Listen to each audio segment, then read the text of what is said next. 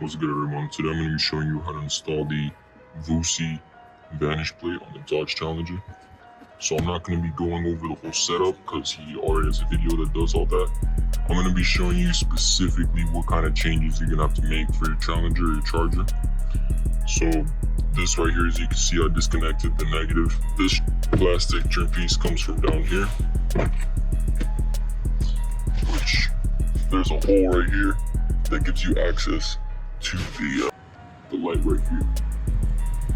So you'll have access to the cable to get down to the plate and have power to the plate. So something to consider here, when you're wiring up the power cable here, with red going to positive and the black going to the negative, the red piece, you're gonna have to trim it off so it kind of looks like a C-hook rather than this O-ring, because this bolt right here does not come all the way off. It gets stuck right here on this end.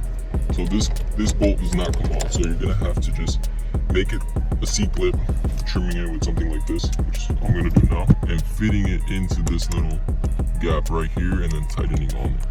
Alright, so as you can see, I made it a C kind of connector, so I was able to slip that in. I tightened it down. So I'm gonna have to do the same thing for the negative.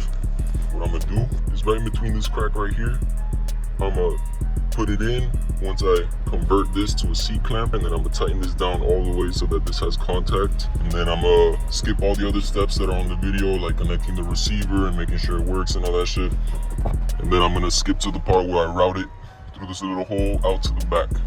So I'll be right back. Alright, so I got this set up the receiver, inverter. Now I'm routing this cable out to the license plate. So all you're gonna notice is that down here,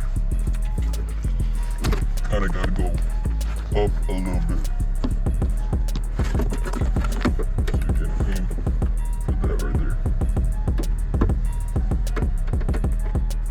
So it's got like this little up mountain and a hole to go out, and then you'll see it comes out right here. Alright, so the steps are exactly the same as the YouTube video. As you can see, I got that wired up right here, nice and tucked in.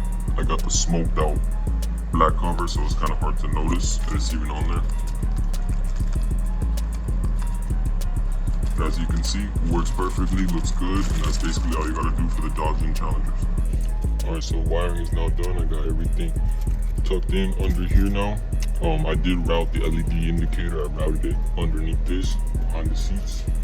So I had it come in through here, underneath the seats. Down there, I tucked it into the interior trim here. All the way underneath, tucked it in there, and I got the light right here. So if I press that,